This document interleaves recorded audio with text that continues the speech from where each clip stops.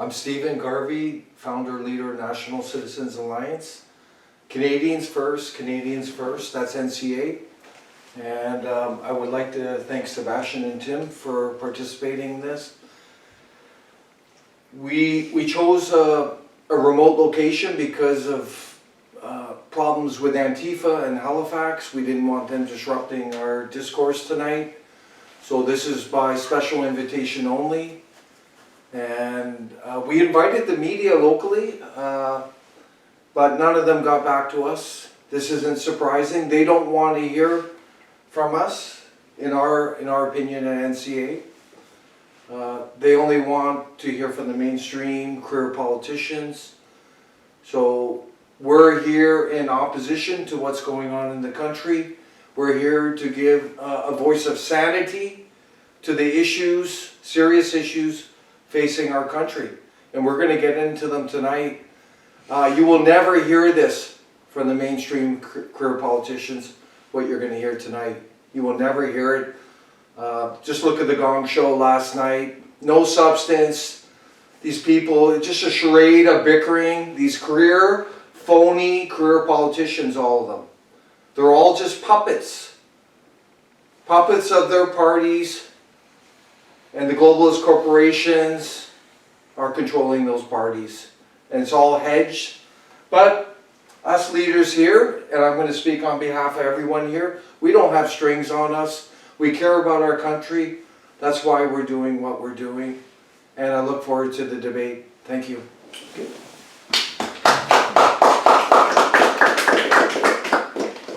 Okay, and next we have a leader of the Libertarian Party, Tim Moen.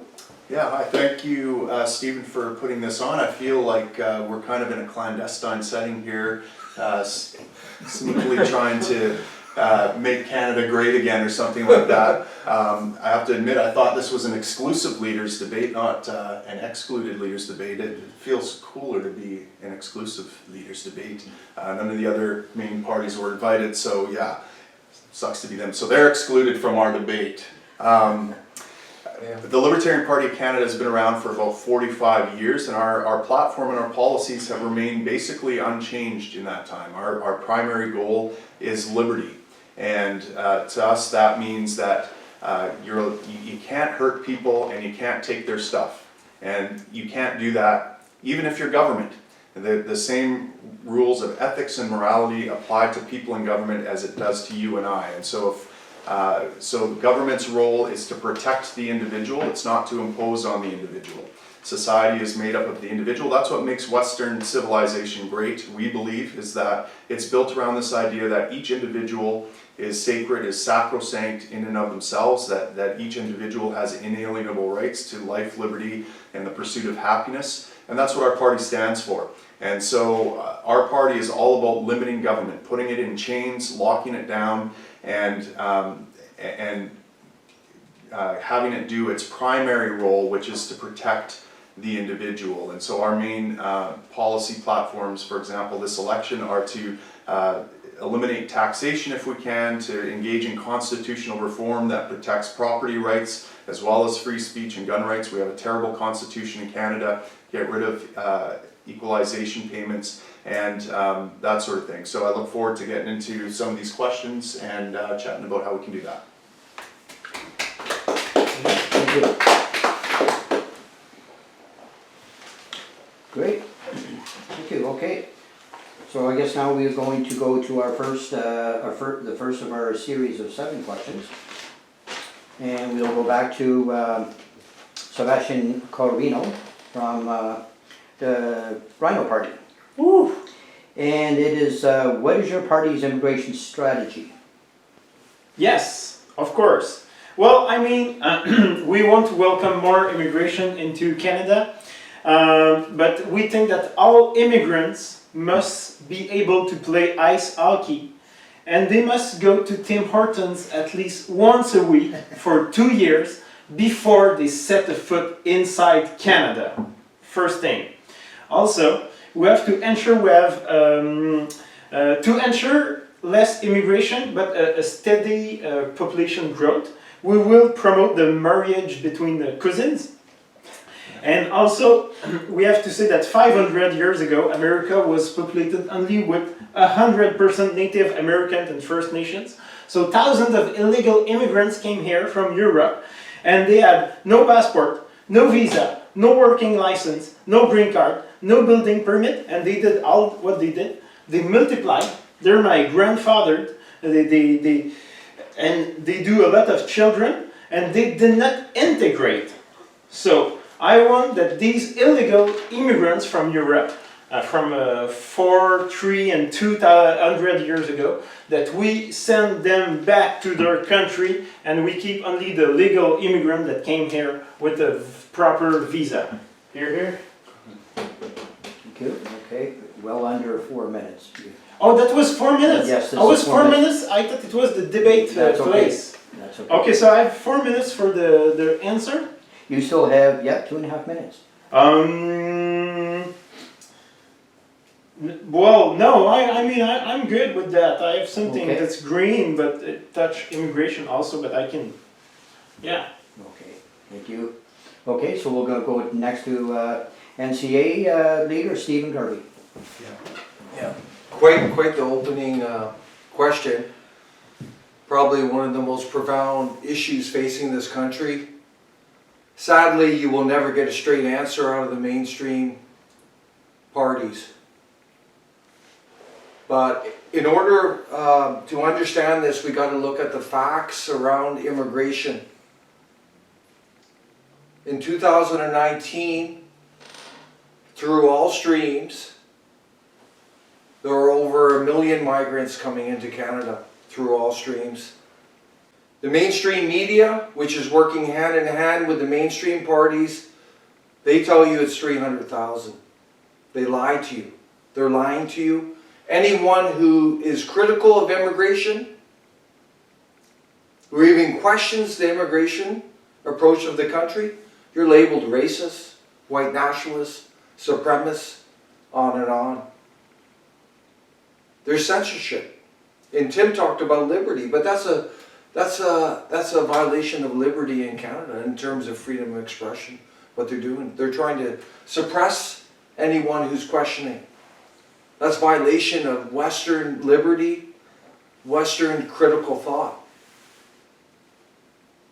This is heading in the direction of tyranny, what we have with these mainstream parties, mainstream media.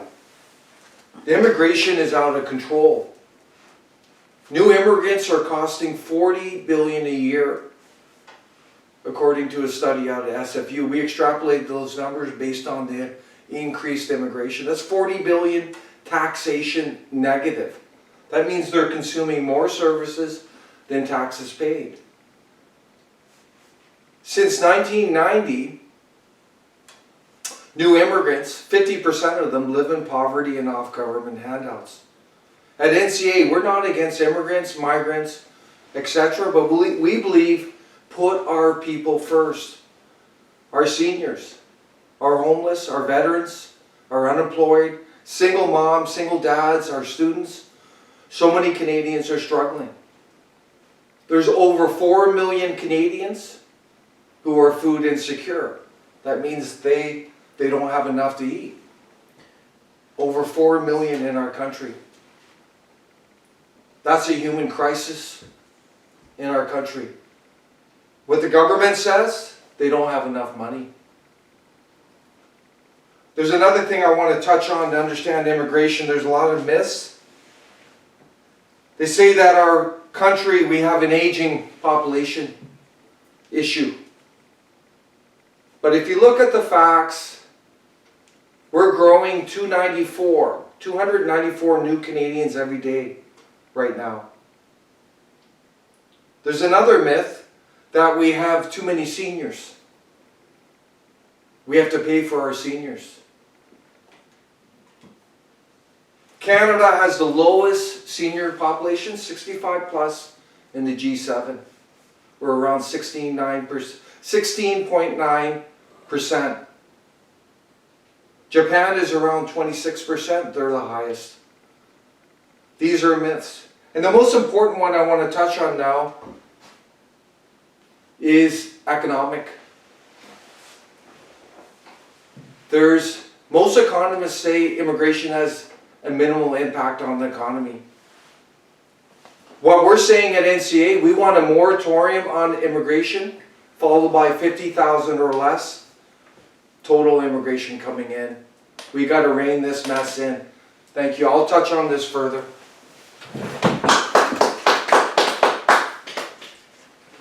Okay, and next we're gonna go to Tim Moen, Libertarian Party. Sure. Well, we certainly recognize that when, like Milton Friedman said, we can't have a welfare state and open borders exist simultaneously. You know, it used to be when our government was fairly restrained and borders were fairly open, that in order to flourish in Canada, to come here, you would have to integrate into culture, you would have to provide value to your fellow citizens, and that's how you made things work. That's how things work in Liberty. If you're not providing value to people, you either have to rely on private charity or you have to repatriate yourself home. And in fact, 30% of immigrants couldn't make it, and they deported themselves. They went home because they were unable to make it. Now, currently we have a huge welfare state, but we also have foreign interests that are creating a huge problem with immigration. So first we have organizations like NATO and foreign interventionist policies that destabilize the Middle East, fund radical terrorism, create migrant crises and refugees. You know, Canada was involved in the Hillary Clinton and Barack Obama bombing of Libya back in 2011. That left open slave markets, radical Islamists in control of that territory, and there's floods of migrants now coming through that territory, and that is because of Canada's involvement in getting involved in fights that it has no business being in. So the first thing we would do is stop all that. Our military's job is to protect Canada. Like Stephen said, Canada first. We protect Canada and our borders. We do not serve the interests of global elites. And that's the first thing. So we stop making migrants would be the first stop the insanity moment. But then the other thing is we have the UN and other foreign interests looking at Canada as a welfare state of the world and imposing its agenda on Canadians and sending all its migrants here. So we need to withdraw from that as well. And so what I propose we do in the meantime, because I'm not a big fan of government. I think government botches these things, and I think, you know, things like, you know, the PPC is recommending, for example, a values test, and, you know, all these parties are setting numbers, immigration caps. I don't know what the right number of immigrants for Canada is, but I trust Canadians more than I trust government. So our policy, while we repeal the welfare state and get restrained government, would be to engage on a sponsorship program, where if you're a Canadian citizen and you want to invite an immigrant to live in Canada, you're free to do so, provided you agree to underwrite their financial, the financial costs of bringing that person here, and that you take on some liability in terms of legality. If that person engages in criminal activity, you're on the hook for legal fees. We think that would be a much more effective way of vetting immigrants and of figuring out exactly what the right number is, because you're not inviting them unless they're actually providing value. Now, once we repeal government and get it whittled down to what we think is the appropriate level, we can go back to what we had, you know, earlier in Canada's founding, which is relatively open borders, because we're going to get the best immigrants that are coming here to provide value, and those who can't cut it are just going to go home because they don't have any other option. So that's our approach. So I'm just responding to Tim there. He was talking about 30 billion total federal government budget, which is amazing if he can do the Libertarians. I can do it. But I have serious concerns. There's so many Canadians in need, and they depend on service, our veterans, our homeless, food insecure. Right now, 32 billion is going to debt service payments. Tim, that's all we're saying. Yeah. We just don't see how it's feasible. Yeah, I mean, I'll speak more on this when Sure. we get to the debt part. I also have a plan to get rid of the debt, so we won't be paying that debt service as well. But in terms of the safety net that people want, we have a giant point of failure. It's gonna collapse at some point, and all those people that you're worried about are gonna be SOL. And so we need to get these systems in place at the local level sooner rather than later. But they still cost money. They do, yeah, at the local level, but not at the federal. That's not the federal government's job. Thank you. Okay, Good. so we'll go to the next question. No, I same have to question. talk about taxation. Oh, Yeah, does your party plan any changes in our current taxation system? Well, yes. So we three think the same thing. We think yes.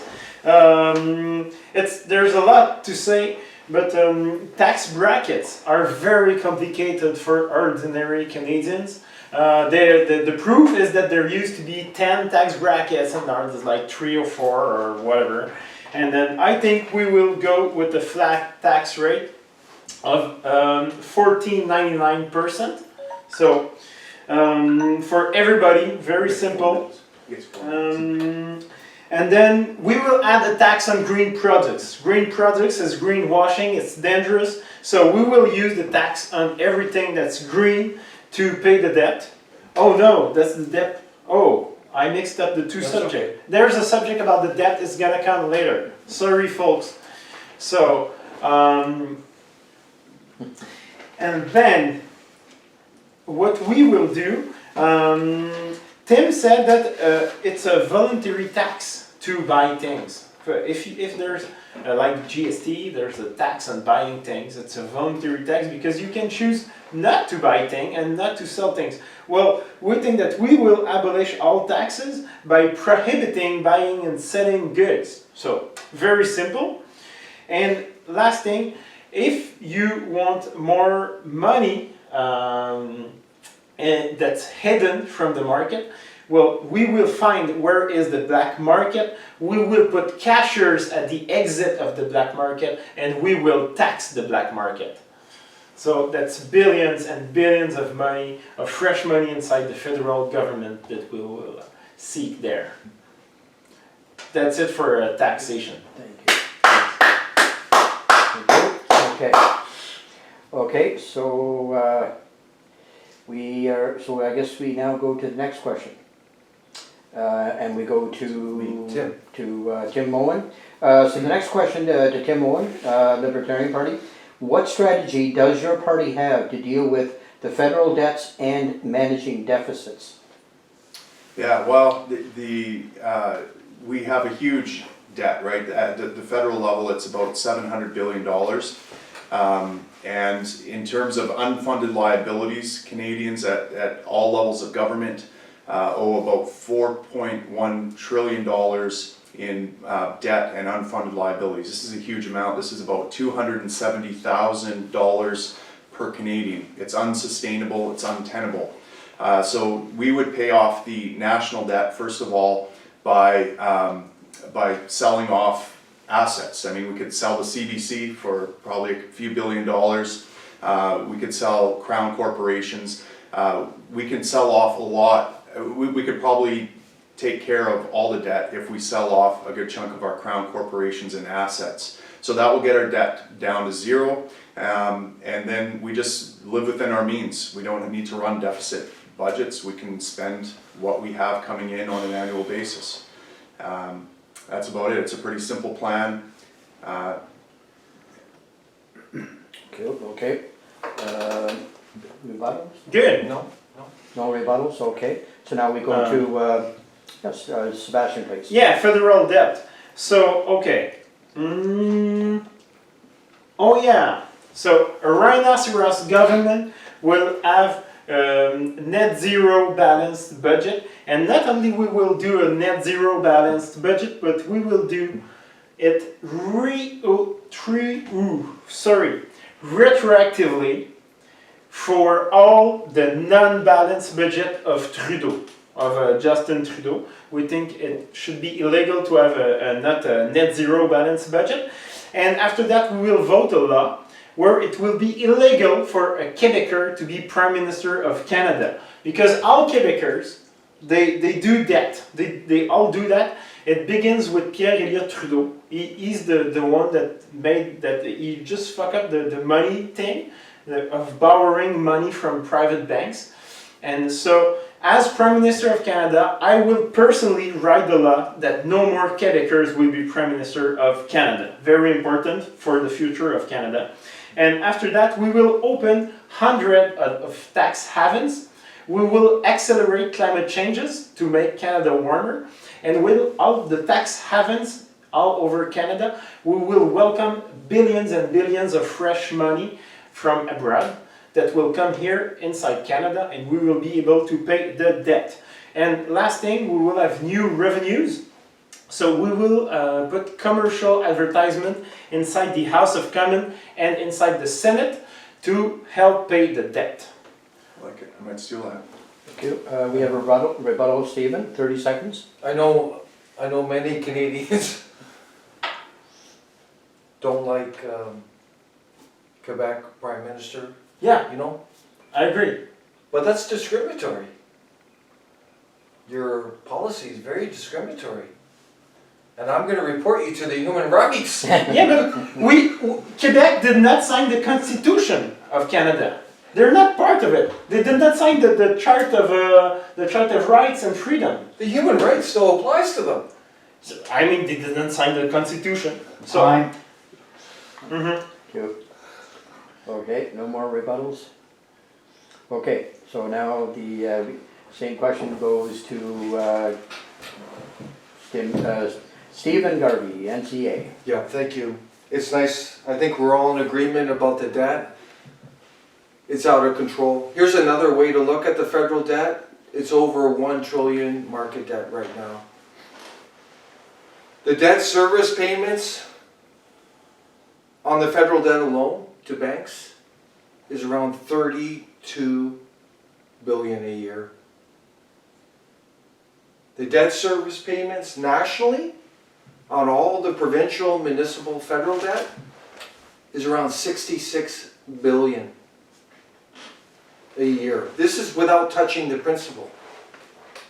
This is your money going straight into the pockets of the banks. And this isn't by coincidence.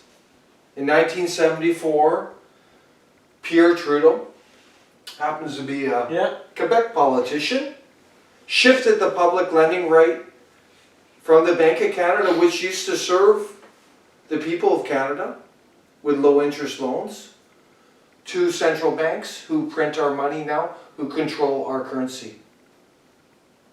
Since 1974, there's been an 800% increase in the money supply. What that means is inflation. That's why you see your money is worth so much less than, for example, 1973. $100 in 1973 compared to now, you would have to spend around 544 Canadian dollars to have the same value. Wages are stagnant, taxes are going higher. This country is 100% fiscally mismanaged by a corrupt establishment comprised of these mainstream parties, without question. This is only going to get worse as long as these mainstream parties are in power. We're not convinced with selling off crown corporations. We're a true populist nationalist party. We believe in cutting government, Tim, by 50% over 4 years. It's bloated, it's out of control. But we believe the best way to deal with the debt is through the Bank of Canada. We got to return the lending right back to the Bank of Canada. So we would go back to the 1934 Bank of Canada Act, including the 1938 amendment which nationalized the bank. We would add additional amendments in there, and this would be what we would call a people's bank. And we can use that bank to pay off the debt at low interest, and then we can use it to serve the Canadian people, infrastructure, other interests. We would have control over our wealth. We would have control over this country, because right now we're not. We're controlled. we would get back to the gold standard, because right now the currency is tied to fiat currencies. If they collapse, we collapse. That's why you see China, Russia, maybe the US now buying up all the gold, because it's solid commodity. But that's at the root of the issue. This country is corrupt beyond means. None of these mainstream parties want to talk about the Bank of Canada, the central banks. But this is at the heart of the corruption. So you talked about nationalizing the banks? No, I That's didn't. communist. I didn't say nationalize the bank. Oh, I said let's have a people's bank, rather than having it privatized, like a private bank. It will be a people's bank in the national interest. You understand? That's the difference. yeah, and so this is a public bank from the government of Canada. It's a people's bank. We call it a people's bank. It's in the service of the people. A cooperative? No, it's in service of the people. It's accountable to the people of Canada. Time. Oh. Yep, next question goes to Sebastian. Sebastian of the Rhino Party. Sebastian, what is your party's strategy to deal with climate change in Canada and abroad? Oh, in Canada and abroad. Well, I mean, we have a really strong green plan. I think it's the most interesting green plan in all parties in Canada right now. Well, first, we believe in climate changes, which is not the case of all parties. And some people that believe in climate changes, they want to stop them. So we think the opposite. We want to accelerate climate changes. And this is very simple. Well, we're gonna burn oil, we're gonna drill, baby drill. And so climate changes is a great business opportunity for Canada. We can make Canada longer. We can make winter shorter, and we can open more agricultural land in the north, more villages in the north, more cities. We will be able to welcome climate refugees. Because if we don't unfreeze the north, where will the climate refugees go? Well, we need a place for them. Also, when I go to the mall, I take a walk in the mall, or I take a coffee at Tim Hortons, and I listen to Canadians. Well, when I read the crook medias, they talk about climate. When I listen to real Canadians, they talk about weather. Weather. We're gonna work on weather. So a rhinoceros government will bribe the weather network presenters. We will give them money so they will say only sun on Sundays and less snow in the winter. So this is really great.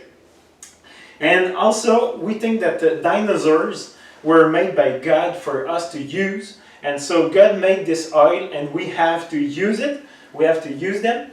And for those who think that fossil fuels are the problem, well, we say, come with us, come with the Rhino Party. And so what we will do, if fossil fuels is the problem, what we will do is that in the first mandate of a Rhino government, we will burn all of the fossil fuels available. And so there will be no more problem because there will be no more fossil fuels. Thank you. We have a rebuttal, 30 seconds, Stephen. I've got a couple of questions for you. You go. The first one, what does climate change mean to you? And the second one, you said crooked media? Yeah. I think they're honest. I think they tell the truth every day. No, So no. please You know they explain. don't. You Please know they explain. don't. You talked They're about not crooked.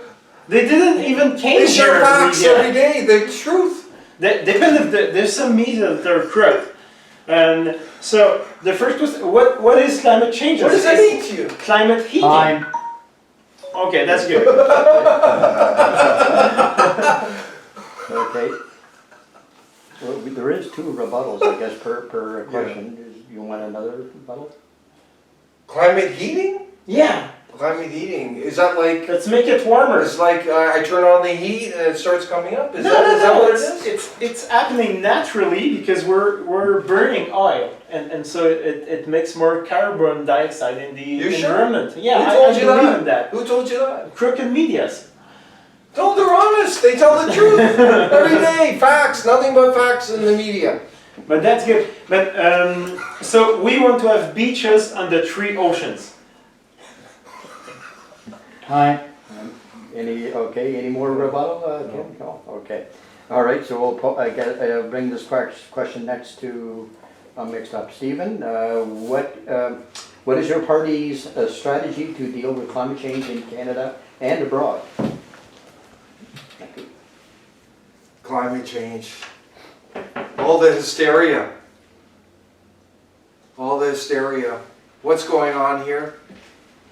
Our honest, truthful media spouting it. These mainstream career politicians going on about it.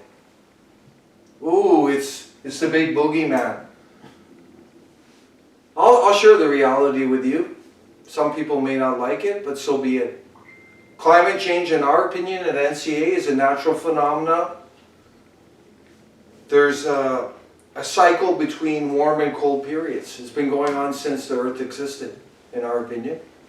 There's been ice ages, there's been warm ages. But when it comes to climate change, IPCC, UN, in our opinion, this is just all exaggerated. The purpose of this climate change agenda, UN, IPCC, is to create an existential threat so great that it will propel humanity, if you will, to global world order, vis-a-vis controlled by the UN, globalist institutions, globalist corporations, wealthy globalists.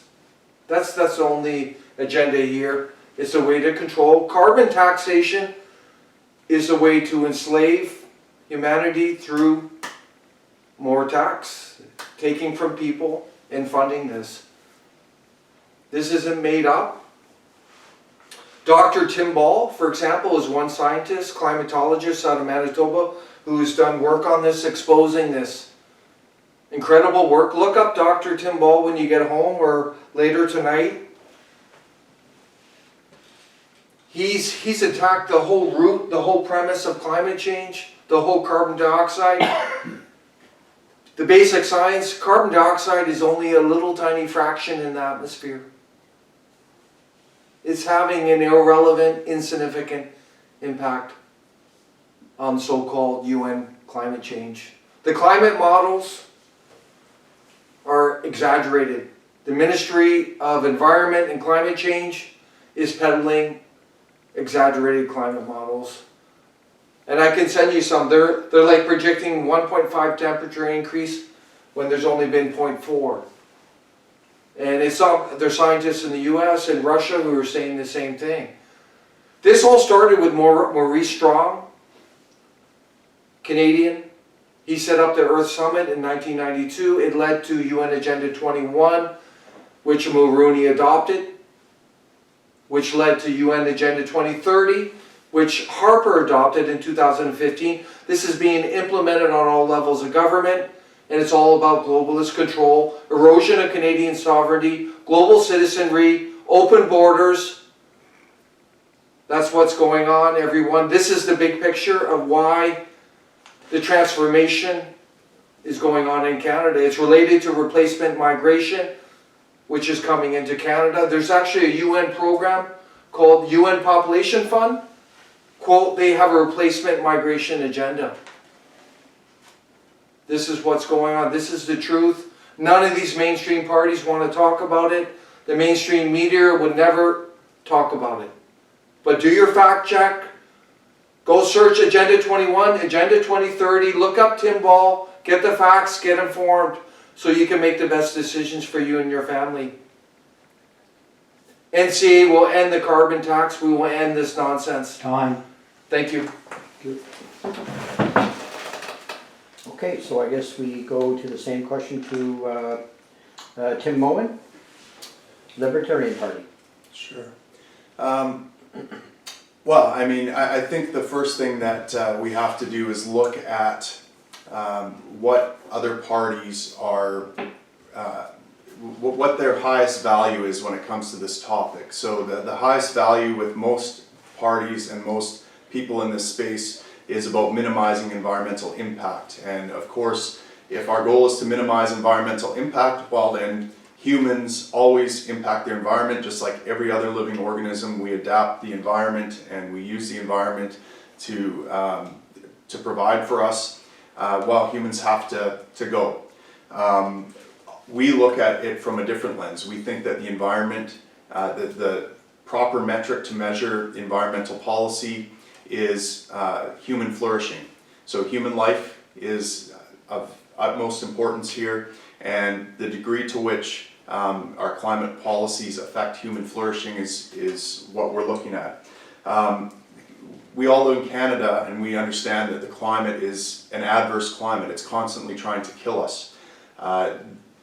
There have been some things that have protected us from this adverse climate. Capitalism, free markets, access to cheap, reliable energy.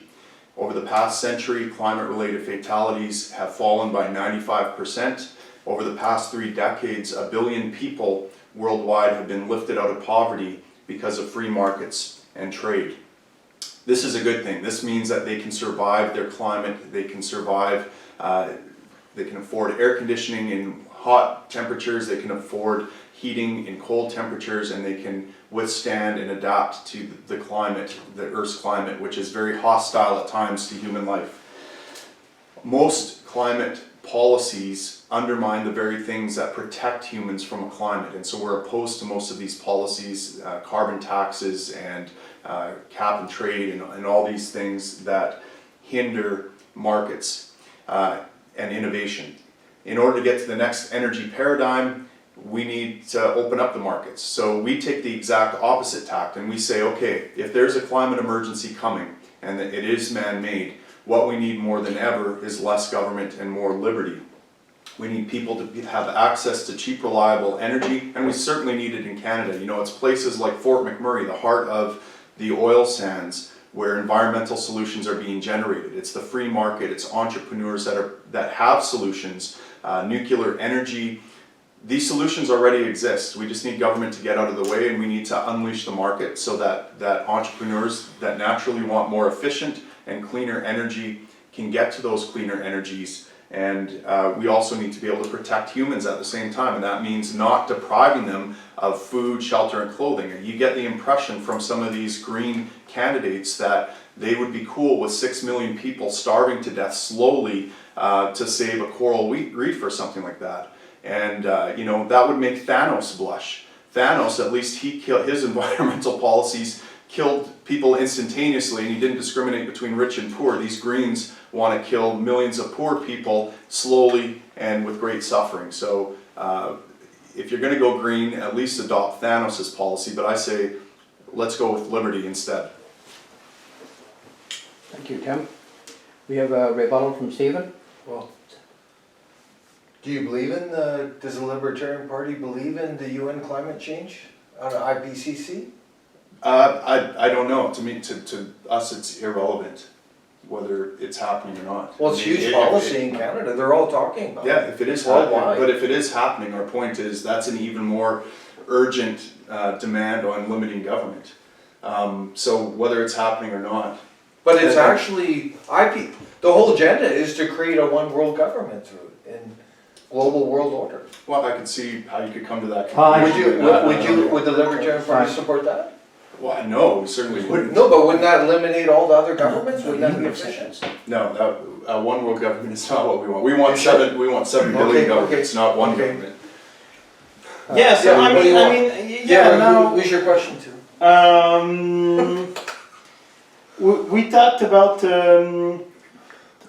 so you don't believe in climate changes, but there's a... I never said that. I never said that. I said we don't believe in the IPCC UN climate forecast, their modeling. We think it's all exaggerated.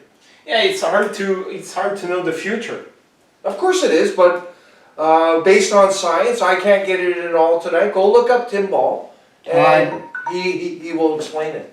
You want to take another? Oh yeah, Go we ahead. can continue. Let us continue. No, but I Go don't know ahead. what Tim Ball is, but He's only one scientist. Yeah, but- exactly. That's the problem. Is that right now we have a consensus of over 97% of scientists, and this is what science is that you do an experiment and you leave the other to do the same experiment and to have their own conclusion. And so now we have a consensus, and you talk about one person, now what can we do with that? No, but he's only one person, but the big issue, that there's a whole different, there's a whole different,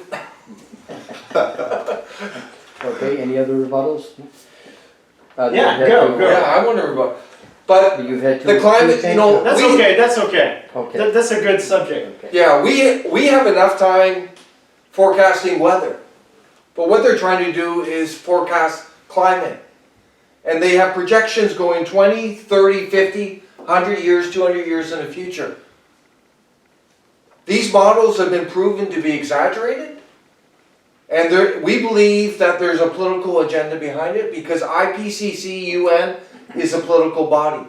So let's say we're wrong. Let's say there's no climate change. I'm not or saying it's there not- isn't. We believe in natural change. Let's say it does not exist for whatever reason. Of course. So are we better to continue burning coal and oil, or we should take wind to make electricity? And what is the problem with taking wind to make Plants. electricity? CO2 is absorbed by plants. They need it to grow. Yeah. It's actually helping them. Canada has some of the largest carbon sinks in the world. The boreal forests are landmass, are bodies of water. Fine, We're carbon neutral. okay. So Those are the facts. We'll go to the next. Those are the facts. I mean, Elizabeth May, she's a climate nutcase. She's peddling the UN IPCC. Okay. So, something on climate changes. No, I mean, I Okay. basically You said what you said my Yeah. piece. I said, even assuming, I mean, the argument seems to be that if there's a climate emergency coming and if man is causing it, that what we need is big government. And I say, no, it's the exact opposite. We need less government. Even if man is causing it, even if there's an emergency. So I don't even get why we would need to argue about whether the climate's changing or not. I'm not a climate scientist. It's irrelevant to me. So you think it's Policy. going to fix itself with less law? Because what will happen? Let's say it exists. The people, how do you see that? It's Well, that, here's my capitalism will Right. fix the thing itself? Yeah, I think it has been, right? So there's 4 million people a year, for example, that die from indoor cooking fires, right? So they From would what, put- sorry? From indoor wood cooking fires. Indoor wood cooking? Yeah. Okay, good. That's World good. Health Organization. Yeah, good. So those people would benefit from fossil fuel energy, right? That their environment would be better. Okay, then you Right. use Fine. wood. Okay. Yeah, but yeah, hold on a sec here. The climate industry, the UN, out of that, it's one of the biggest fraudulent industries in the world now. Yeah, Who are peddling this exaggeration. There's all kinds of scientists who are getting their grants and research grants to peddle this. It's a huge industry. It's a way for governments to scare the populace and control them. That's what it's fear. This is ultimate fear mongering. I was in Halifax at the bridge there the other day. These people were basically mourning there. They're so scared. But here's another way to solve this. I mean, what we're talking about is the court of public opinion right now, right? There's one side that says climate change is not happening, another side that says it's happening and it's an emergency, and they're battling it out. I say, listen, what we need is access to justice here. So if you believe that climate change is harming your property, right? Because this is a property rights violation. If that's happening, it's just like pollution or something. Go to court, prove it in court. And let the scientists and a judge figure it out. That's the proper place to determine these things. It's not in these, like you say, in these giant political forums with kind of globalist agendas and that sort of thing, right? No, but it's a huge agenda. It's being used to manipulate people, humanity, Western society, Yeah, to control them, to interfere mongering, in our view, to push this global world order. But That's when it. you lose crops, it's real. No, but this It's is real. serious. That's the threat here. That is serious. That these greedy corporations, these greedy globalists, these puppet governments, they're all in on it. Well, I think It's I scary. think we can It's agree scary. that climate action is the disaster, the catastrophe that environmentalists wish that climate change would be, right? I Yeah. think we could Look agree on up that. UN Agenda 2030, and you'll learn a lot about it. Going back to your timing, 4 minutes for the main Yes. question and 1 minute for the I think it's rebuttal, better with the and time. no longer a 2:30 Just second. let us dialogue and. Yeah, I think we We'll can be- just free we'll flow be the dialogue reasonable. and the rebuttal. We won't get out of hand. No, we This won't. guy's a little When- bit of when do you- a rebuttal guy, but When do you want us to stop okay. it though? I mean. We will. You know, Okay. we'll we're self-police, surrounded. we'll be libertarians. Yeah, We'll libertarians. self-govern. Fair enough. Yeah, I think that's better, right? Hey guys, libertarian rules, yeah. Oh, by the way, Okay, Libertarian rules, I vote for that. Yeah. Justin Trudeau decriminalized dueling, by the way, so if we need to take this outside, we Oh, can go okay. there as well. I will try not to. Well, That's the one good thing Justin Trudeau did. I don't want to I'll get give him killed that tonight. You sure? Okay. So What we'll about the honest media? go- Okay, They will talk about me. we'll go to the next question, I guess, okay. Next question is, does your party have a plan to implement changes to Canada's justice system? Yes, we do have a plan. The tenets of our plan is to increase the access to justice for Canadians. And this means increasing the legal aid. It's around 30,000, we want to increase it to 50,000. So more Canadians have access to justice. There's a lot of Canadians who can't afford to hire a lawyer and defend themselves in the courts. I don't agree with the libertarian approach. There would be no money for legal aid. And Tim can comment on that, but there's a lot of Canadians who need access to justice to fight for their own personal justice. Another thing is a big issue is accountability within the justice system. Right now it's a inner bureaucracy, kind of like the healthcare industry, very tight knit, and there's no public accountability over crooked judges, crooked lawyers, unethical actions. We need to rein that in. NCA would. Another thing too, we want to empower paralegals and other administrators in the court system to do more. And what's happening, Canadians are getting fleeced by this industry, justice industry, and we want to make those changes. This is critical because without justice, what do you have in our society?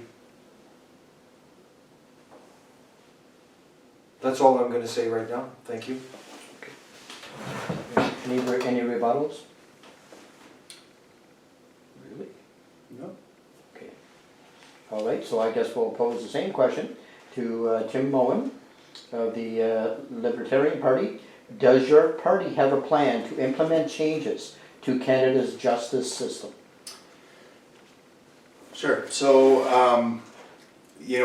first of all, we think that the justice system is focused on victimizing, right? So it needs to move from simply a punitive system to one that focuses on restoring the victim to justice. So if there's no victim, there's no crime, first of all. So we have a lot of unjust laws. That's the first thing. We strike victimless crimes off the books. And then we focus on restoring the victim. So that means that if you wrong a victim, you are responsible to restore him to justice. You've stolen his property. You don't just go and sit in jail. You actually have to do something actively to restore that victim to justice, whether it's work or whatever. You owe some compensation. Right now, the victim gets victimized by the criminal, and then gets further victimized when they have to appear in court and stand trial, and then the taxpayer gets victimized while the criminal sits there in a jail and learns how to be a better criminal. And there's absolutely no responsibility on that criminal to the victim, and we think that has to change, so we'd work to do that. One of our constitutional amendments would be to access to to due process. And so, you know, courts is certainly an activity that government should be doing, and we would have no problem spending money ensuring victims get access to justice. The other thing that we want to do is provide more robust property rights. Property rights violations are a criminal action. So for example, you have a community called Fort Chipewyan that's downstream from the oil sands plant, and they constantly complain that they are getting pollution in their waters. Those waters are owned by the federal government, and we think that those individuals ought to have a property right in the waterways so that they have immediate access to justice. If they feel like there's pollution that is contaminating their drinking water, they can go to court rather than wait for the political process, get their guy and lobby government and have their hands out and that sort of thing, that they can go immediately to court and get their situation rectified, get an injunction, and get some form of compensation and restoration if they have been found to be wronged. So those are a few of our ideas about justice. Okay, see, we have a rebuttal from Stephen. I might be mistaken, but due process is part of the charter. Yeah, so It's written in there, but what did you want to do to the charter? So we want to engage in wholesale constitutional reform. So do we, but Yeah. what did you want to do in regard to due process? Well, we want to make sure it's instantiated No, but in there. it's already in there. Oh, well, that's great. I mean, it will stay in I'm there. just saying it's I in mean, there. free speech is in Yeah. there as well, right? But we know that human rights commissions have fined comedians for being offensive. So how robust are our rights in that? Well, the problem is Constitution. the Supreme Court has put limits on freedom of speech. I think it's written in there too. We actually want to limit some aspects of free speech when it becomes harmful to Canadians. Yeah, I mean, Yeah. it- So when we're dealing with radical ideologies in our country, we don't think they should be able to operate in our country under the banner of religion. So we want to rein that in, Tim, because of the harm. Another thing, you mentioned victimless crimes. Do you have an example of that? well, That comes to mind because having a crime. drugs, selling your body for sex. I mean, No, but a crime has to have a victim, right? Right, but it doesn't right now. Right? Like- There are all sorts of things Like that what? don't have victims. Well, for You just example, named it. No, I'm listening. there are a lot of people who are in jail right now for possession of substances, right? Who have they harmed? Themselves. But you have the right to harm yourself. I mean, if you don't have the right to harm yourself, what do you have the right? If I want to go have a Big Mac and a giant Slurpee, why can't I do that? Now maybe Bloomberg doesn't want me to have a giant Slurpee, but I think I have that right. Maybe they harm society. The whole point of They harm Western society. civilization is to eat bacon and fat and get 400 pounds and die an early death. If you're not allowed to do that, what are you allowed to do? Okay, another issue. Yeah, you armed the health Yeah. system. Another issue I want to Anyway. bring up, and I'm sure Tim and Sebastian will probably agree with it, is this divorce law. I know it's controversial, but it's so tilted now when it comes to custody in favor of the woman. So one thing we want to do is create a more equal playing field. Are we talking about family law now? Yeah, family I want law. to make sure Sebastian gets a chance to Yeah, I will. talk about Okay. this. I would love Sure. to address family All right. law. We could do Okay, maybe we'll do another it after. 4-minute round of family law. Sure. If that works for you. You want me to do my question Sure. on the Go justice system? So yeah, I mean, we need a justice system that suits for everyone and not just for the elite. Right now, the Rhino party just lost in court against Election Canada because we did not fight properly the 106 pages of what we did with the constitutional lawyer, and our hearing was refused. We could have won, we could have lost, I don't know, and we will never know because we just did not fight properly the papers for the judge. So he refused to hear the thing. So what we will do is that we will shorten the length of the law. We will make it clearer for Canadians to understand the law because it's important. So to do so, we will make them half as long by removing every other word. Also, politicians that don't respect their promises, they will go to jail in the Rhino government, and I will do that as a Prime Minister of Canada. Also, we think that like we have a family doctor, we should have a family lawyer that will be free, or I mean like a free healthcare system, or that's. And so the family lawyer will refer you to a specialist and will be able to help you in the first steps of getting in front of the law. And four, every time Quebec does something different, we write a law in Quebec. And then what happens? We go to the court, we go to Supreme Court, and then Quebec wins, and then everything changes in Canada. So the problem is Quebec. So we will throw Quebec out of Canada as a Rhino government. I promise I will throw out Quebec out of Canada because it did not sign the Constitution of Canada. We will make a beautiful Canada just for us without Quebec. Thank you.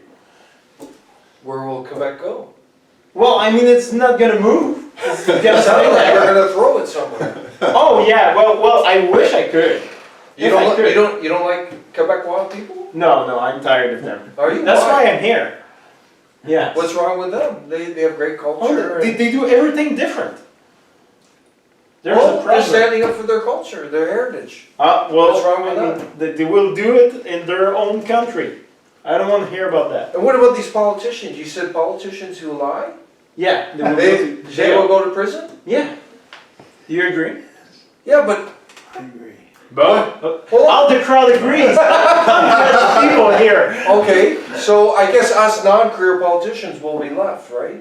Well, we're not lying, so we will Yeah, do what so we do. we'll be Yeah. left. So what kind of sentences would they get What? in jail? What? I don't know. I mean, I heard it's not a really great time in there, but I never been. No, but how long do you think they'll go in? Like, if, We will write the law. I don't know. you think they'll get a year for lying, or? Depend what the lie is. If you say 2015 will be the last year with the first past both voting system, well, I mean, that could be a long time in jail, Justin. So yeah, I'm just I will leave this debate. I was thinking Okay, about it okay, in this okay. climate change, but I think right now you give a lot to capitalist extremist capitalist system. And, Me? Yeah, I mean, How? yeah, and I don't know if you believe in I'm science. I'm a capitalist I'm extremist. fighting the globalist corporations. I'm fighting the globalist corporations. Yeah, you want to give more to the powerful people, and Are we you? yeah. Wow. We have to think No, about. that's me. It's No, but not- the subject of this debate, there's nothing about clean water, social services, housing crisis, low income, That's full-time municipal job level. people. That's municipal government. No, but the subject is like federal debt, federal governance, That's taxation. federal government. I mean, there's a lot of things we could Okay. have done. I want to ask you one last Yeah, you question can. here. Yes. What are you going to do about the honest, truthful, fact-sharing media? Are they going to go to jail? The crooked media. No, we will What's sell going to happen to CBC. them? Me and Tim will sell CBC. But they will have to go with their how do they call that Yeah. when you go to the New York to the stock exchange? They will have to Yeah. ask their. Yeah, I'm Yeah. gonna post a video on the CBC tomorrow. I was at the bridge, the climate protest, and they were interviewing me. Yeah. And as soon as I started bringing up the facts about climate change, sorry, we gotta go, and they ended it. But we should build another bridge for protesters. Okay. Just for them. Yeah. Thank There you. go. Thank you. Thanks, Steven. We're gonna finish it. Yeah. Okay, awesome. Thanks, Tim. Thank you. Thank you Appreciate very it. much Okay. for coming out. Have a good night. So are we dueling No, now or? yeah. Yeah, you do that. It's survival of the Yes. fittest. And, He's gone. Next time will be more leaders. We're whittling us down. Yeah. It's becoming a very exclusive debate now. We're gonna lose all our fun now, Mr. Rhino. I can provide some. Don't worry. Okay, we're whittling it down. Okay, so. There are only two left now. Yeah. All right, so the next question, I guess we go to, I'm not sure who we go to, we can Tim, toss a coin? Okay, Yeah, no, sure. okay. Next question, we're gonna put Tim Moen. It's all right, you guys had me laughing, the camera was shaking and, What is your party's policy for federal governance? Well, I think I laid it out already. It's, the federal government's job is primarily to protect the individual and to enforce the Articles of Confederation, right? So that involves police, military, and courts. With the Constitution that you sign on to with Confederation, that protects free speech, that protects property rights, that protects due process, that eliminates equalization payments, and that has a requirement for free trade between the provinces. The federal government's job is also to ensure that things like pipelines get built, and that provinces aren't blocking trade from other provinces. So that's primarily the federal government's job. Other than that, it really doesn't have much to do. The degree to which we can limit the federal government is a degree to which we can solve problems locally in an involuntary manner. So we want to put giant chain down the federal government and let Canadians do what they do best, which is provide value for each other and tighten their communities and their families. We have a rebuttal from Stephen. Yeah. How can you rebut that? You got a rebuttal for everything. But we gotta remember too, it's not just the federal government, there's provincial governments. Yes. Yeah. There's municipal governments, and they're bloated, they're intrusive, they're taking freedoms away. And we see it in our communities, Tim. Yeah. And so that's a big issue. So just dealing with the federal government alone is not gonna deal with it No. completely. I just wanna switch over to equalization payouts. I know that you guys are against it. The equalizations came about in 1957 thanks to the Conservative Party under Diefenbaker.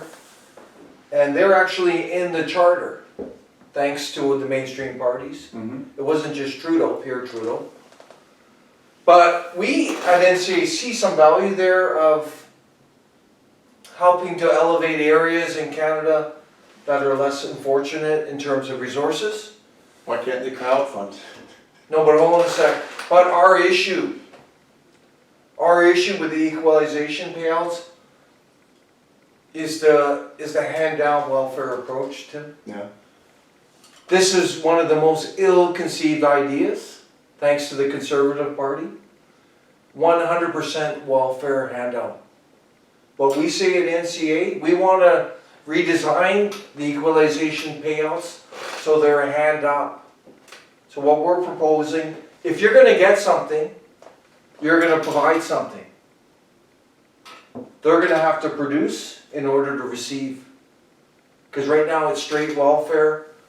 And we can see in Nova Scotia, I've been studying the Boat Harbor environmental crisis there, Tim.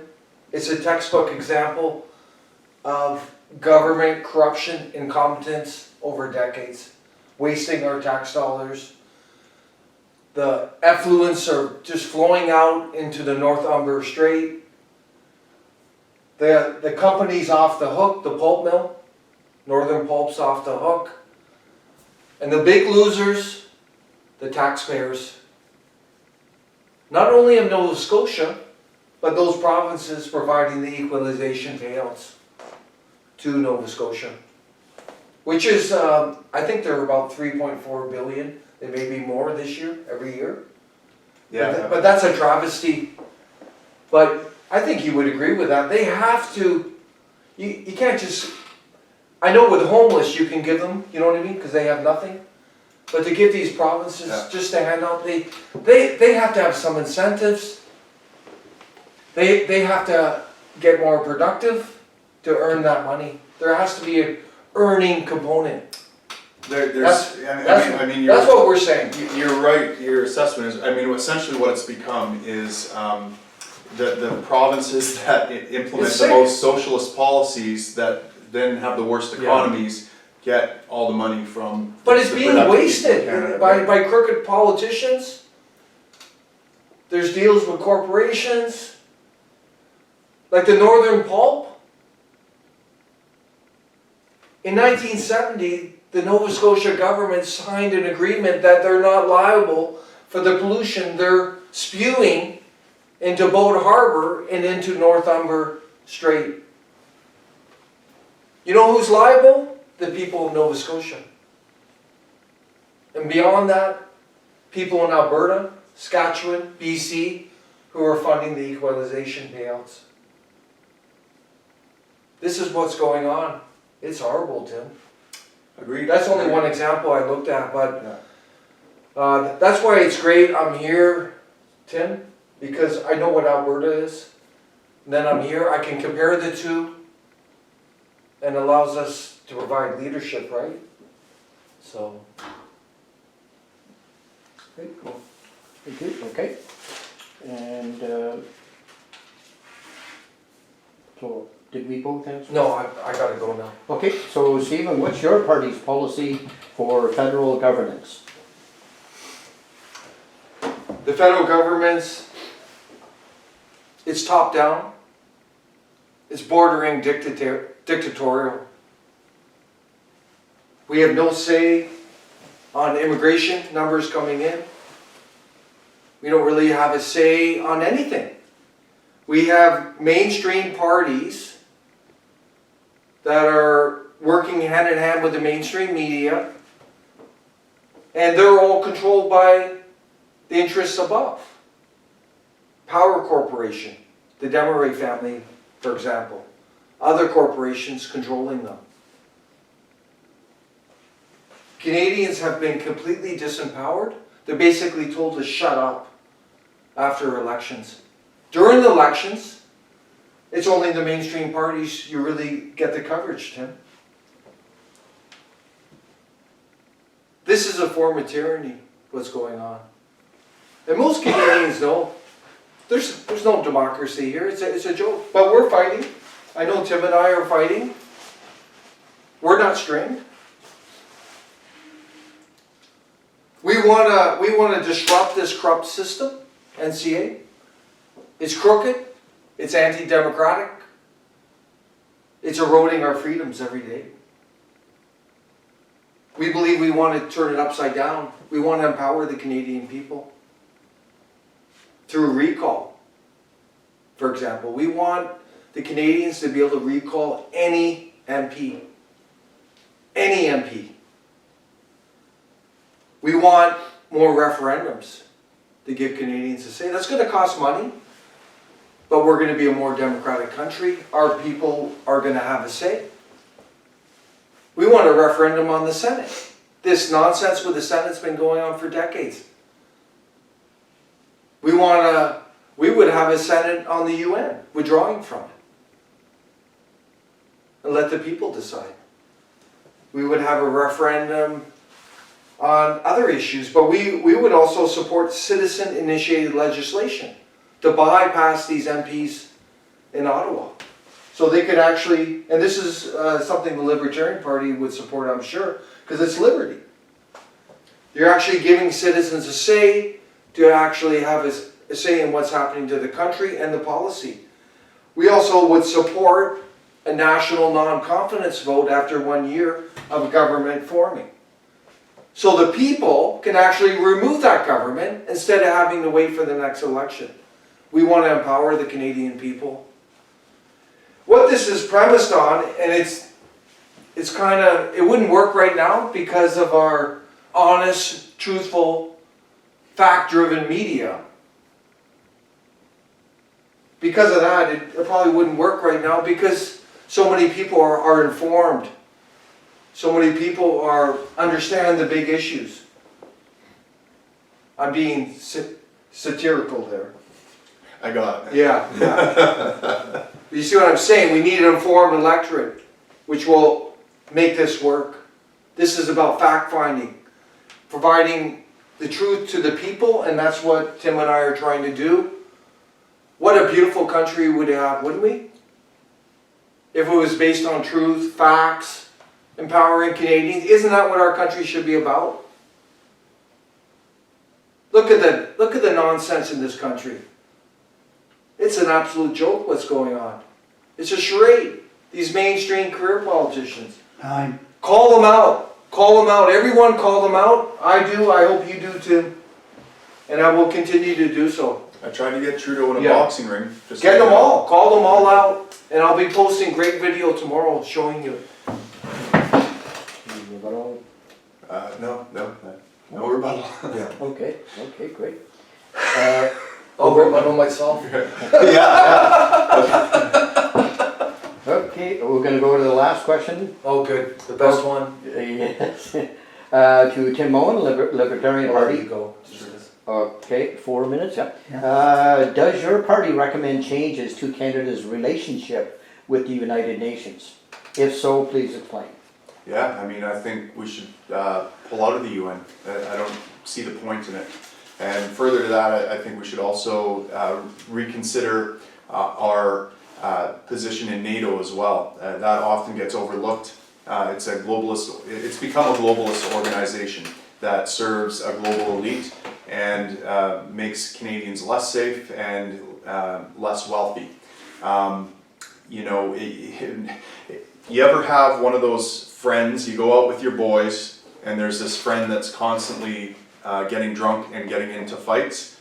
You know, the first couple times you have his back, but if he keeps doing it, at a certain point you say, okay, we have to sever this friendship, or you either have to smarten up or we have to sever this friendship. And that's where we're at with NATO right now. They're like our drunk friend who constantly picks fights that we have no business getting involved in. We bail them out, and it's to our detriment. And so we're at that point now with NATO as well.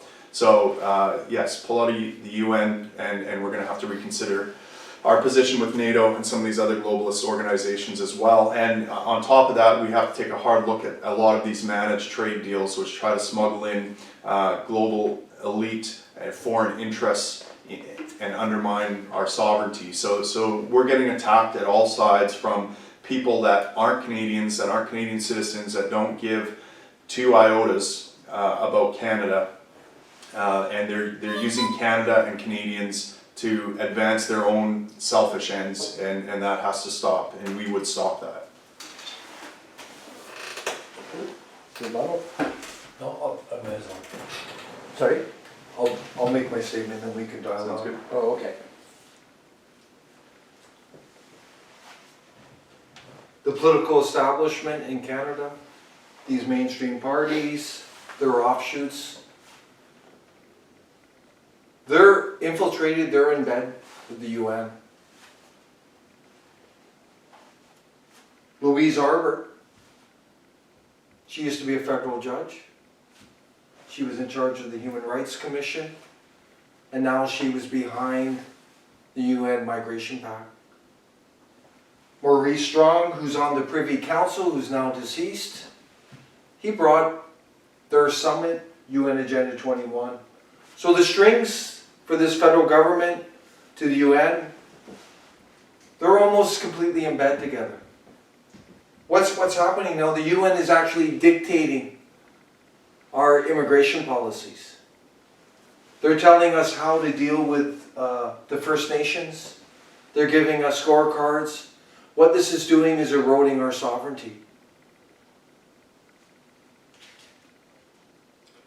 The UN is behind UN Agenda 21 and UN Agenda 2030 and the UN Migration Pact. And we've adopted all those things. This is all about global world order, global citizenry, open borders. That's what it's about. It's anti-Canadian, anti-Canadian sovereignty. It's an attack on traditional Canada, our values, our identity, our way of life. This is the existential threat that is real in Canada. All these mainstream parties are puppets to it. If you look up the Power Corporation, Desmarais family, nothing against those people. They're the most wealthy family in the country. They're based out of Montreal. And that Bernier guy is stringed to them, by the way, Tim. And we're going to talk about Bernier later. But they've had strings on every PM since 1970. They support UN Agenda 2030. They also support what's called the Century Initiative. pushing our population to 100 million by 2100. They want to make globalist megacities in Canada so they can make more money. They don't give a shit about this country, excuse my language, but that's the truth. They're globalists. Globalists, by definition, hate nationalists. They have interests all over the world. They don't care about us. We've been left behind. Call us the forgotten people, Canada. We are the forgotten people. We've been sold out to these globalist interests. I'm going to talk a little longer if that would be allowed, Tim. I want to talk about what NCA is going to do. I want everyone to understand the issue. This is an existential threat on every Canadian, traditional Canadian, and new Canadians who've come here and embraced what it means to be Canadian. It's a threat on all of us. It's happening in our communities. There's replacement migration through the immigration system. That is one of the cornerstones of this globalist agenda. It's attack not only here in Canada, in the US, our friends in Europe, Australia, New Zealand. It's happening all over. I met an Australian guy in Halifax the other day. It's sad, everyone. The immigration mess here is almost identical to what's going on in Australia. They're losing their identity, their heritage. They're being flooded with migrants. I met a beautiful man from Nigeria by coincidence on a plane recently. Beautiful man. Guess what? Same thing. They're flooding migrants in. Asians, whatever. I'm not against other people from other worlds, but this is the globalist agenda. It's happening all over. We need to fight. There's people in Europe who are fighting it now. There's different parties and entities. There's people in the US fighting it, and we're fighting it here in Canada. But the threat is real. Look at what's happening to the EU. Look at France. The migrant ghettos, the erosion of freedoms, the attack on their culture and identity. Look at Germany, look at UK. Look at UK, the Sharia courts, the knife attacks. They're an epidemic. I met a police officer from New Brunswick. He said he was just over in the UK. He can't believe the epidemic of knife attacks everywhere. And it's related to all these migrants coming in. And this is real, everyone. Do your homework. Fact check this. Do your homework. But if we want to get the head of the snake that's killing our country, it's these globalists. Their agenda, UN Agenda 2030, 21. The mainstream media, the mainstream parties, they're an absolute joke.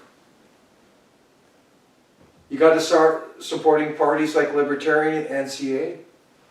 As long as we're real. And the Rhinos. Don't Yeah, forget the Rhinos. No strings attached. But this is serious, everyone. And you know what was sick last night at the debate, Tim? I brought some of this up, and there's rural people there from Parsborough. I know some of them were conservative, but they were laughing at me when I was talking about this. You know what's going to happen to those people? When these migrants start going in there, they'll be the first to get their throats cut. And I'm serious. These people coming in are very vicious. I've seen it firsthand. They do not embrace our culture, our values. They're here to take over. So they can laugh in those rural communities, but I already see signs. In Turl, I see signs of it already creeping in. And it's coming. And they can laugh at me, who's trying to share the truth, who's sharing the truth. They can laugh, but they won't be laughing when it's in their face. And it won't be long. As I said at the beginning tonight, there's over 1 million migrants flooding this country this year. 1 million migrants, over that, flooding. Imagine that. Next year, another 1 million, more than that. What NCA wants to do, we have a pretty comprehensive UN policy. We would first of all get out of UN Agenda 21, UN Agenda 2030, and the UN Migration Pact. These manipulative mainstream parties, Tim, Yes. they lie and deceive. They were going on because they knew most Canadians were against the migration pact. So they were manipulating, oh, we're going to get out of that. But what they don't realize is the migration pact is a little offshoot of UN Agenda 2030, which they don't talk about. Understand that. You're being manipulated by these crooked mainstream parties. That migration pact is actually written part of, the core of it is written in UN Agenda 2030, which is being implemented by all levels of government. We want to protect our veterans. We don't want our veterans getting into harm's way through the UN peacekeeping. We will vet that. Remember the operation in 1990s? Our veterans in Somalia? Most of them came back sick. And that was pushed under. They still haven't got proper compensation through a malaria drug that was making them sick. Chrétien covered it up.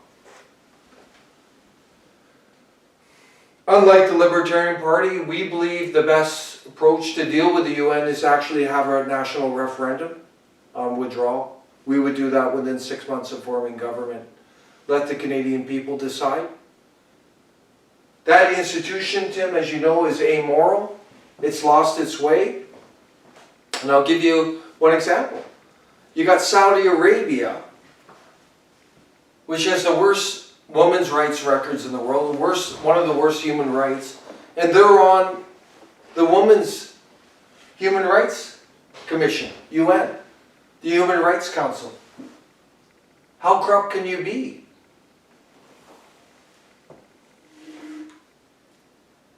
We ask everyone to do your fact check. Research these agendas, Agenda 21, Agenda 2030. They are serious, they are real.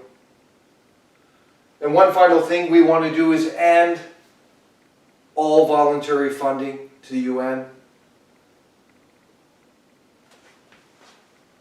There's millions, billions of dollars flowing out of our country through the UN and its offshoots. Tim, this has to end. The budget alone, the mandatory budget to be part of the UN is outrageous. It's costing us almost $1 billion every 2 years to actually be a member of the UN. But then there's all the other money flowing out to Africa, other countries. All the foreign aid outflow is connected to the UN. Harper spent $56.6 billion of our tax dollars on foreign aid outflow. That's only one example. And it's continued under Trudeau. I'll give you an example of the abuse and waste. He sent $2.73 billion of your money to Afghanistan. We found out through a US report that most of that money went into corrupt hands. $2.73 billion. That's only one example. Look at our debt. We talked about our debt tonight. Over a $1 trillion market. All this money flowing out to globalist interests. Please connect the dots, everyone. These should help you to learn more about these issues.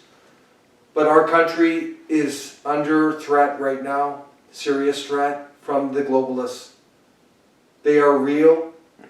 They have taken over our government. They have sold out our country. It's not too late,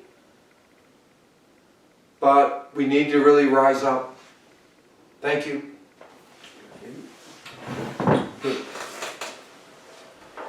Any comments? You said a lot there. All right. We have closing statements too. Yes, all right.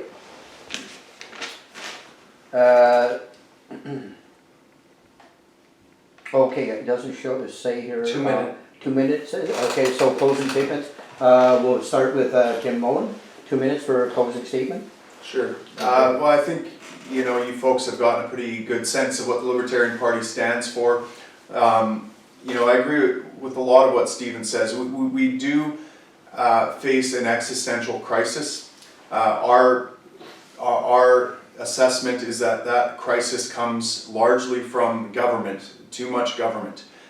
We are on the verge of a financial collapse that is going to harm all Canadians. It's going to harm people worldwide.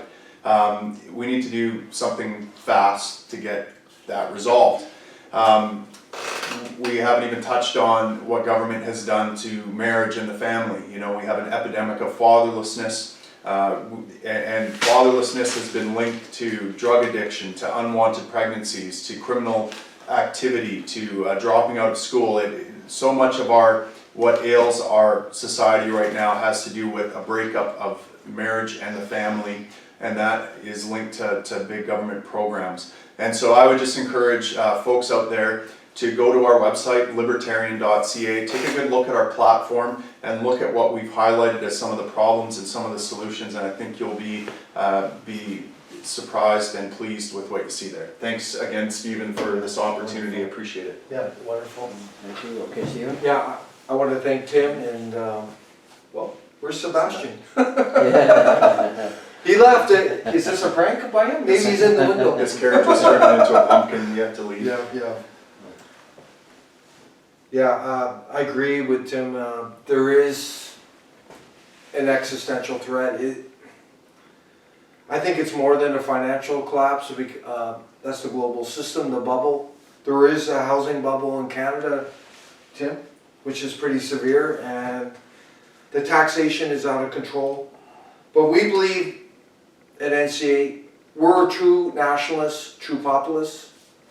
That's our ideology, that's how we operate. We will go right, left, center, we don't care. We just want to do what's best for our people. We believe Canadians first. Canadians first. All Canadians. It doesn't mean we don't want to help other people. I love helping people, but I want to help our people.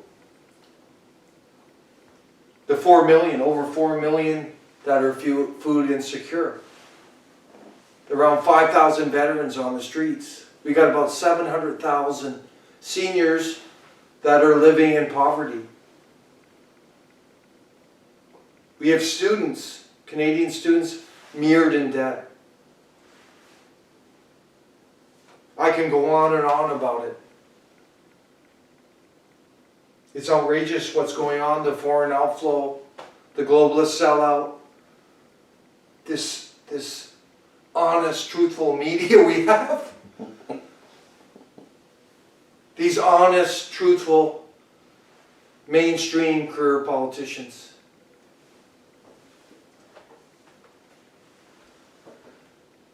Canadians first. We're called names, can you believe it? This is how twisted our society is. This is how twisted our society is. We're actually called names because we want to put our people first in. We're called racist. We're called white nationalists. We're called this. We're called that. This is the Orwellian society we're living in. This is the Orwellian society we're living in. You're actually, truth now has become fear-mongering. I actually had a career politician at a debate cry fear-mongering at me. I'm fear-mongering because, Tim, I'm sharing the truth. Truth has become a bad thing now. And Orwell had a good quote about society. The further a society gets removed from truth, the further it is from freedom. The further it is in tyranny. And that's what's happening. We can't speak the truth. That is serious, everyone. That, in my opinion, is our existential threat. That's hitting every Canadian. We need to fight that. This is our very existence.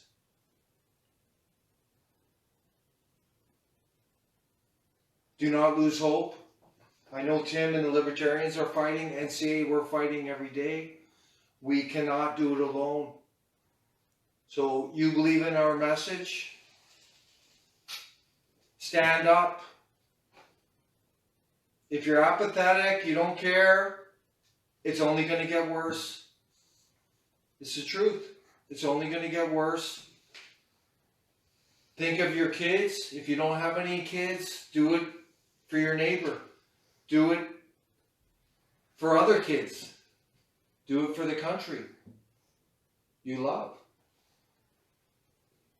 We got to make a stand. This is real. Canadians are hurting out there. This is real life. This isn't made up. This is a lot of facts tonight, a lot of truth tonight. Well, when truth becomes condemnable, we got a real problem. When truth becomes fear, when truth becomes something you name call, you try to silence, we got a big problem in this country, and that's what's happening. That's what's happening. So keep getting informed with the facts. Look up UN Agenda 2030. Look up UN Agenda 2030. Question the media.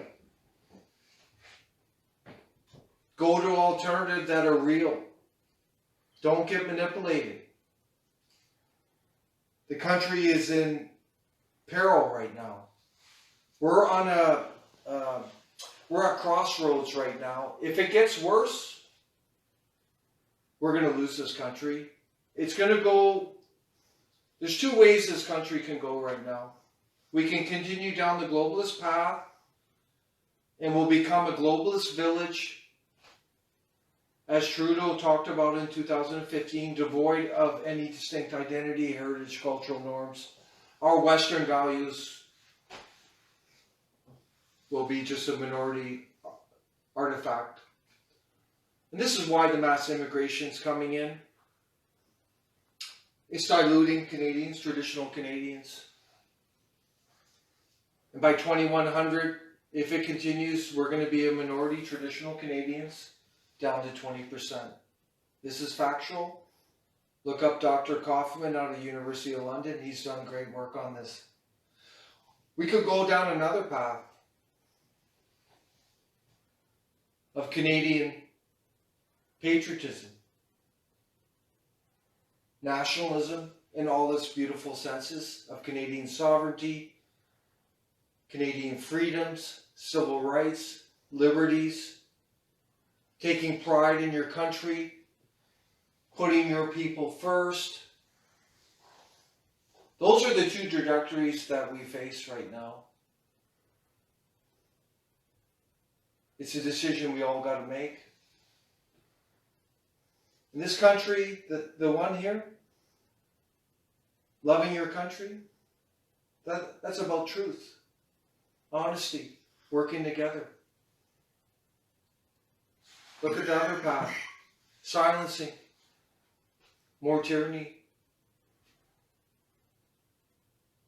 Thank you. Please stay strong. Support us. This is our own time. We don't get paid to do this, but we see what's going on. It's crystal clear in our minds now. We see it every day. We see example. We're going to continue to expose it, but we only get stronger through your support. It's a fact. Thank you, Stephen. Tim, would you like to add anything? No, I mean, that was good. Okay, great. Thank you very much. That concludes our first excluded leaders debate. Very good. Excellent. Thank you. Excellent stuff. Cool. Thank you. All right.